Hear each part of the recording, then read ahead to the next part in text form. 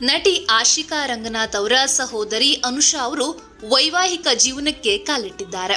ಬೆಂಗಳೂರಿನ ರೆಸಾರ್ಟ್ನಲ್ಲಿ ಈ ಮದುವೆ ನಡೆದಿದೆ ಎನ್ನಲಾಗಿದೆ.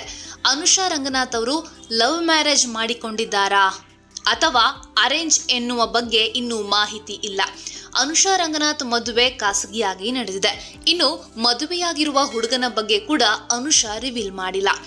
ಆಶಿಕಾ ರಂಗನಾಥ್ ಅವರ ಕುಟುಂಬಸ್ಥರು, ಸ್ನೇಹಿತರು ಈ ಮದುವೆಯಲ್ಲಿ ಭಾಗಿಯಾಗಿದ್ದಾರೆ.